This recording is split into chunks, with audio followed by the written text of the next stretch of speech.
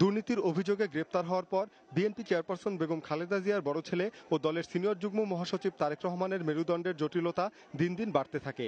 এ অবস্থায় গত 31 জানুয়ারি তাকে চিকিৎসার জন্য ভর্তি করা হয় বঙ্গবন্ধু শেখ মুজিব মেডিকেল বিশ্ববিদ্যালয় হাসপাতালের প্রিজন সেলে। তখন থেকেই তার অসুস্থতা নিয়ে নানা ধরনের গুঞ্জন উঠতে থাকে।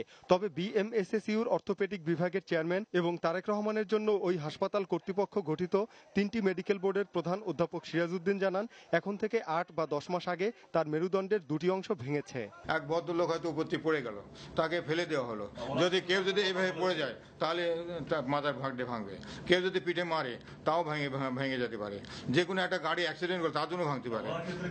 ওনার জন্য হয়তো বা সে থেকে ফেলে দিয়েছিল, এরকম কিছু হতে পারে। এটা পুরনো কতদিন হবে, তখন তো প্রায় রিসেন্ট ছিল, 9-10 মাসের ভিতর হয়েছে, 1 বছর তো হবেই না। হাসপাতালে ভর্তির পর প্রথম দিকে তারেক রহমানের অসুস্থতা কিছুটা নিয়ন্ত্রণে থাকলেও এখন তার মাত্রা দিন দিনই আশঙ্কার দিকে যাচ্ছে বলেও জানান অধ্যাপক সিরাজ। ডিস্ক সিক্সপ্যানের মধ্যে যে ইন্টারভার্টিব্রাল ডিস্ক প্রোলাপস আছে, ওই নার্ভটা যে জায়গায় সাপ্লাই দিয়েছে ওই নার্ভটা যদি দুর্বল হয়ে যায়, ওই পাটা দুর্বল হয়ে যায়, আংশিক পঙ্গু হয়ে যাবে, দুর্বল হয়ে যাচ্ছে আর কি। সে হাঁটতে পারে না, সে খুঁড়ায় হাঁটছে, যতটুকু স্ট্রেংথ পাওয়া দরকার ততটুকু শক্তি সে পাচ্ছে না ওই ডান পা দিয়ে। মেডিকেল বোর্ড প্রধান আরও জানান, তারেক রহমানের বর্তমান শারীরিক অবস্থায় দেশে তার জন্য আর কোনো উন্নত চিকিৎসার সুযোগ নেই।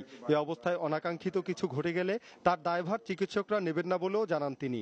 এটা যদি অ্যাক্সিডেন্ট ঘটে সেই দায়িত্ব যেন আমার উপর সম্পূর্ণ না আসে, এই জন্য তো আপনাদের সাথে এত স্বর্ণপন্ন হচ্ছে, আপনাদের কাছে জানাচ্ছে, বিনয়ভাবে সরকারকে জানানো হচ্ছে যে ওকে ট্রিটমেন্টের জন্য একটু বাইরে পাঠান। তারেক রহমানের চিকিৎসার জন্য এ পর্যন্ত গঠিত 4টি মেডিকেল বোর্ডই তাকে বিদেশে পাঠিয়ে অস্ত্রোপচারের সুপারিশ করলেও সরকার এখনো কোনো ব্যবস্থা না নেয় হতাশার কথা জানান তারেক রহমানের চিকিৎসক অধ্যাপক সিরাজউদ্দিন আহমেদ ও কাজী মাজহারুল ইসলাম।